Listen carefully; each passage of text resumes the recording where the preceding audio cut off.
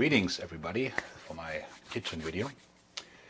By popular demand, I'll be talking today about compound exercises versus isolation exercises and which one will get you massive. So there's two schools of thought here, right? They're the, shall we say, traditionalists. They're like, oh, you gotta do compound stuff, everything else you're being a sissy. And then there are the people that say single joint exercises work well. Who's right? Let's go to the video tip. I used to believe that compound exercises were the ticket to massive gains. And it's not so black and white. So let's look at what people claim. Claim number one, compound exercises, you move a lot of weight, henceforth you make bigger gains. Well, that is sort of true. You move a lot of weight, but most people don't really use their muscle. So most people are not capable of doing a compound exercise properly, meaning they're doing it, but it's inertia, it's ligaments, and it's momentum. So the weight goes up, but it's not really all that much muscle that's being used. So as a bodybuilder, you have to ask yourself, do I want to move weight or do I want to create tension on the muscle? Because tension is what gives you gains. So that's number one. Number two is people say compound exercises create hormonal output as to testosterone and growth hormone, henceforth you'll get huge. Forget that. That's an old wives' tale, okay? That's nonsense. Working out and nutrition for that matter, the growth spikes are nowhere near what drugs would do, right? So you're not going to get huge from that. So forget that. And then there is the problem that compound exercises train only the mid-range of the muscle, right? So let's say a bench press is more in the mid-range, a row is in the mid-range. It's not in a contracted position or in the stress position. And then the question is, are the biggest people also the strongest people? And that's not true. So a lot of people are plenty big without being exceptionally strong, and vice versa. So there's a correlation. Yes, you should get stronger, but that doesn't mean you have to have a huge deadlift or a huge bench and so on and so forth to have a lot of muscle. So I guess what I'm saying is that a lot of people, myself included, are not made to lift heavy and to go into low reps with the big compound stuff because of joints, ligaments, and muscle fiber. So am I saying you should not do compound exercises? No, that's not true. You should do compound exercises, but with everything, you should have a goal. So the problem with compound exercises is, and that's speaking as a bodybuilder, is that you need to decide what you want to do. So let's say you're doing a squat, right? So the question is, do you want to train your quads? In that case, you would have a stance that's closer and you pushing your knees forward. If you want to train your glutes, you would be sitting back more.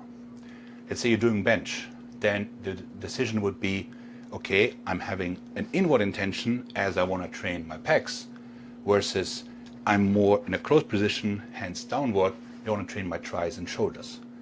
Let's say rows, right? In an underhanded motion, you would train your lats. Overhanded, wider grip would be more mid-back.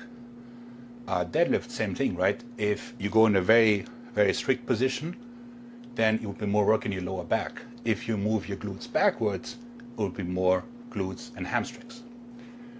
Or let's say an overhead press. So you have an inward intention, it would be more on the pec, on the delts, as opposed to a closer, where you would be working more on the triceps. So that's the first thing you have to understand. Now, isolation exercises, they have a lot of advantages. First of all, you can isolate, such as you might have one arm that's stronger. So let's say you have an arm that's stronger or a leg, and you're doing leg press. The stronger leg will do up to 80% of the work without you realizing it, okay? So in that case, it would pay off to say, I'm making this up, a split squat or Bulgarian split squat or even like a single leg extension, and you would realize, wow, this leg is really a lot weaker. Ditto with like single arm presses or machine presses that go independently of each other. So that's one advantage. And then secondly, as a bodybuilder, single joint exercises, isolation, allow you to isolate, okay? Which means you can create tension, which is harder in the compound exercises. So that's a plus. Single joint exercises are also easier, which means you can do more. So they're not as taxing on the recovery, but you can up your volume doing so. So this is going to be revolutionary and probably going to give me a lot of hate mail, but for a bodybuilder, I would really propose a split that's 40% compound and 60% isolation, or even 30-70, okay?